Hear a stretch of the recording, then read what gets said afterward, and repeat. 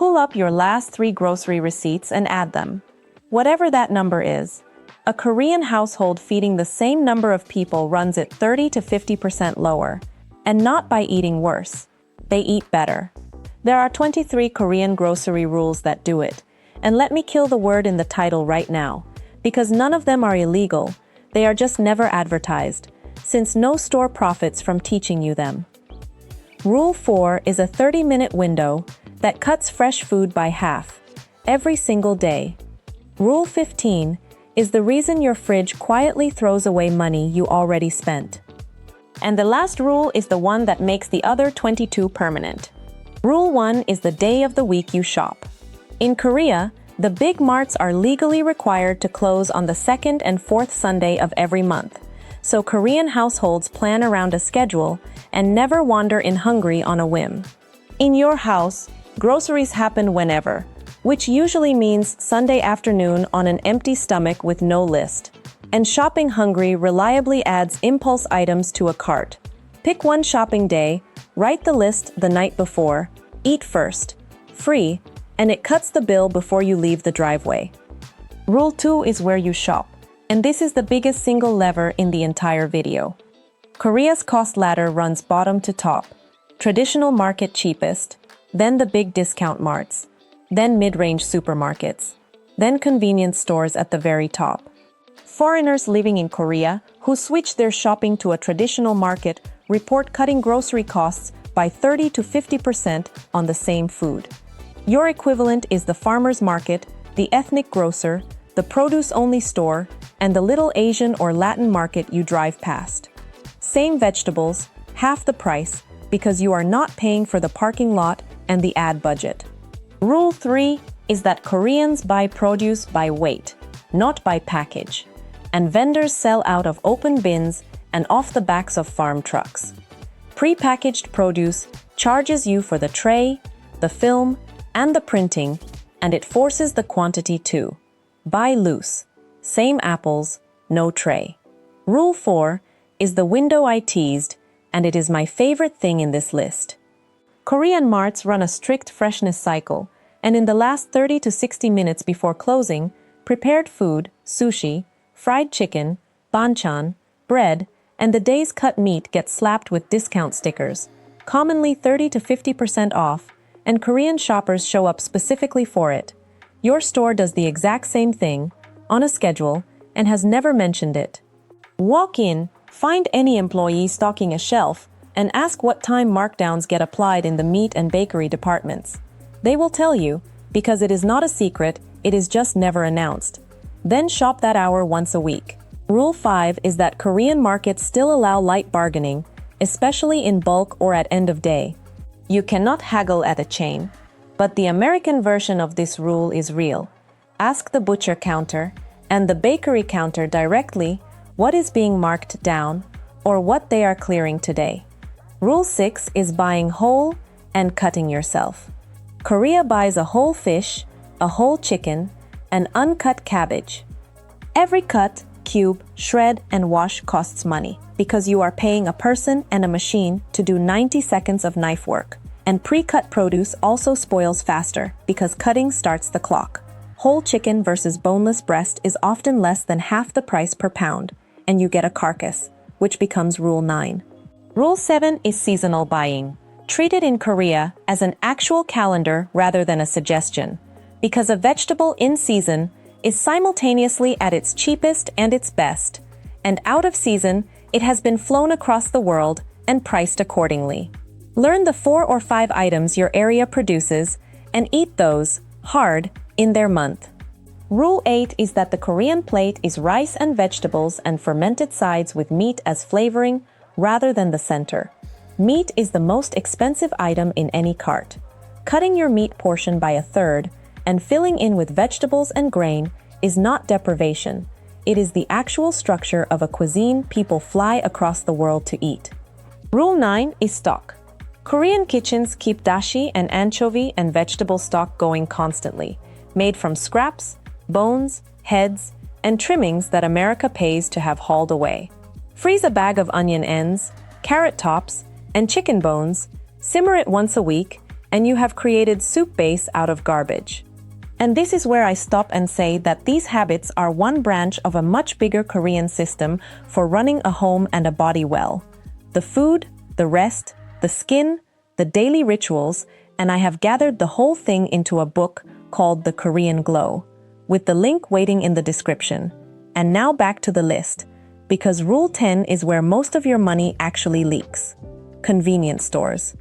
Korea has more of them per person than almost anywhere on earth, and Koreans still know exactly what they are: the most expensive food per unit in the country. Every gas station drink, coffee, and snack run is a grocery purchase at 4 to 8 times the grocery price. 2 of those a day at $3 each is roughly $2,100 a year, from a store you do not think of as a store. Rule 11 is banchan, the small fermented and seasoned side dishes, made in one batch and eaten across a whole week from the fridge. It is the cheapest possible way to make plain food feel like dinner every night, and it turns cabbage and radish and bean sprouts into a meal instead of a chore. Rule 12 is kimchi itself, and the point is not the flavor, it is the mechanism.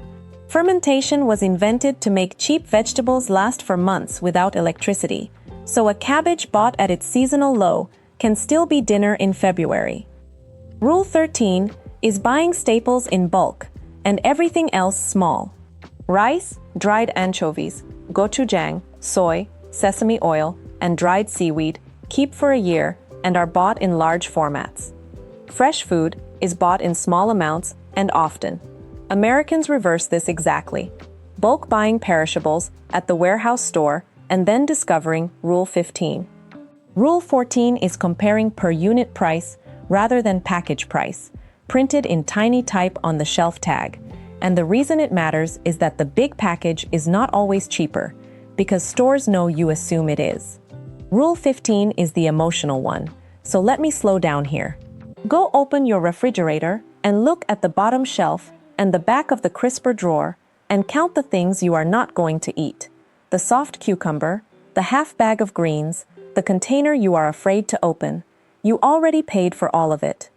American households throw out somewhere around a third of the food they buy, which on a $600 monthly grocery bill is roughly $200 a month walking to the curb, $2,400 a year. And this is the part that stings. You did not overspend at the store. You overspent at the trash can, quietly, for years, and nobody ever showed you the arithmetic. Korea has a word for the feeling you get looking at that drawer, motana, the regret that something good never became what it was meant to be, and the honest fix is unglamorous. Shop smaller and more often, keep older items at the front, and cook the fridge before you cook the recipe. Rule 16 flips what you have been told, and this is the fun one. Frozen is not the compromise. Frozen vegetables and fish are processed within hours of harvest, so they often carry more nutrition than the fresh version that spent 9 days in transit. They cost less, and they cannot rot on you. Korean freezers run flat, portioned, labeled, and dated, stood upright so nothing gets buried. Buy frozen deliberately, not apologetically. Rule 17 is portioning on the day you buy, not the day you cook. A big pack of meat becomes 4 flat labeled dinner portions before it ever goes in the freezer, which means it thaws in minutes, and no dinner ever starts with a frozen brick and a takeout app. Rule 18 is that Koreans keep rice as the anchor of the meal, cooked in bulk and frozen in single portions, and a bag of rice remains one of the cheapest sources of calories in any store on earth. Rule 19 is drinking barley or corn tea brewed from cheap grain instead of buying beverages, which quietly deletes an entire line item from the cart. Rule 20 is cooking on the stove, not on the phone. Korea has the world's most aggressive food delivery culture, and Korean households still cook at home most nights because delivery is understood as a treat with a 200% markup, not a Tuesday. Rule 21 is checking the online price against the store price before big items, because Korean shoppers habitually cross-check apps and coupons, and Americans habitually do not. Rule 22 is the reusable bag, small money, But it is the same instinct running underneath everything here. Now a plain honesty pass, because a list is only as good as its exclusions. If you have a medical diet, allergies, or a condition that dictates your food, that outranks every rule in this video, and the doctor or dietitian earns the fee. If you live somewhere with no market and no ethnic grocer, rules 2 and 3 are simply not available to you, and rules 4, 15, and 17 will do most of the work instead. If your household is one person, bulk buying is a trap, not a saving. And if a store's discounted meat or dairy smells wrong, or the package is bloated, the markdown is not worth it, ever. Which brings us to Rule 23, the one that makes all of this permanent, and it is not a trick at all. In Korea, grocery shopping is called jangboda, literally to see the market, and it is a repeated practice rather than a weekly emergency. Everything in this video is one idea wearing 23 outfits. Buy closer to the source, buy closer to the raw form, buy closer to the season, and let nothing you bought die in the back of a drawer. America shops as an event and treats the receipt as fixed. Korea shops as a rhythm and treats every step from the field to the fridge as a place where money can be quietly kept. And none of your habits were careless, because every one of them made sense the day you learned it. Back when packaging was called convenience, and bulk was called saving, and nobody ever went back and checked. 2 questions will now audit any item in your cart without me. How many people got paid to touch this before I did, and will this still be food in 7 days? Do not attempt all 23 this week. Do exactly 1. Find out from an employee what time your store applies markdowns, and shop that window once, and bring home meat and bread at half price. It costs 1 question and 30 minutes, and you will see the savings on a receipt in your hand this week, which is the fastest proof in this entire list. Then tell me in the comments what your weekly grocery bill is and what you found rotting in the back of your fridge when you actually looked, because I read every single one. Next week, the Korean method for making a small kitchen produce a week of meals in 1 afternoon, 3 containers, 1 pot, and a fermentation trick that costs $1. Thanks a lot for watching, and I will see you in the